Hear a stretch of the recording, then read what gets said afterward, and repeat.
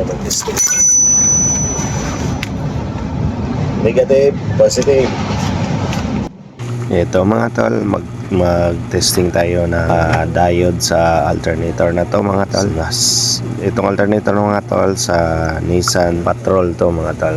Yan, mag-testing tayo sa negative side ng diode mga tol. Ayan, pag umilaw, good yung diode na negative side mga tol. Tapos pag hindi naman umilaw, pag ni-reverse natin to mga tol, ibig sabihin good yung diode natin na negative side mga tol.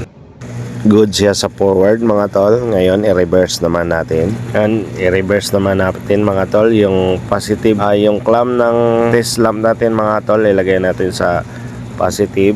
Ngayon pag tinesting natin to, testing muna natin sa ground mga tol. Yan. Pag tinesting natin dito, hindi dapat iilaw yan mga tol.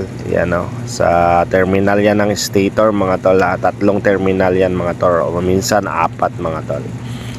Yan, hindi umiilaw, ibig sabihin good yung diode mga tol. Sa negative side yan mga tol.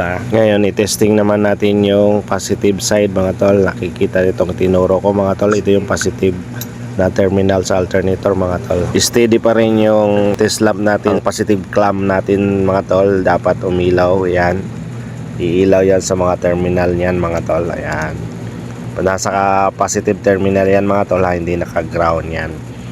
Yan, good siya mga tol. Ngayon i-reverse naman natin mga tol. Yung clamp ng test lamp natin mga tol, ilagay natin sa negative. Ngayon pag tinesting natin dito sa terminal ng stator mga tol, 4 or 3 to mga tol, dapat hindi siya umilaw tulad niyan mga tol. Nice. Please follow for more.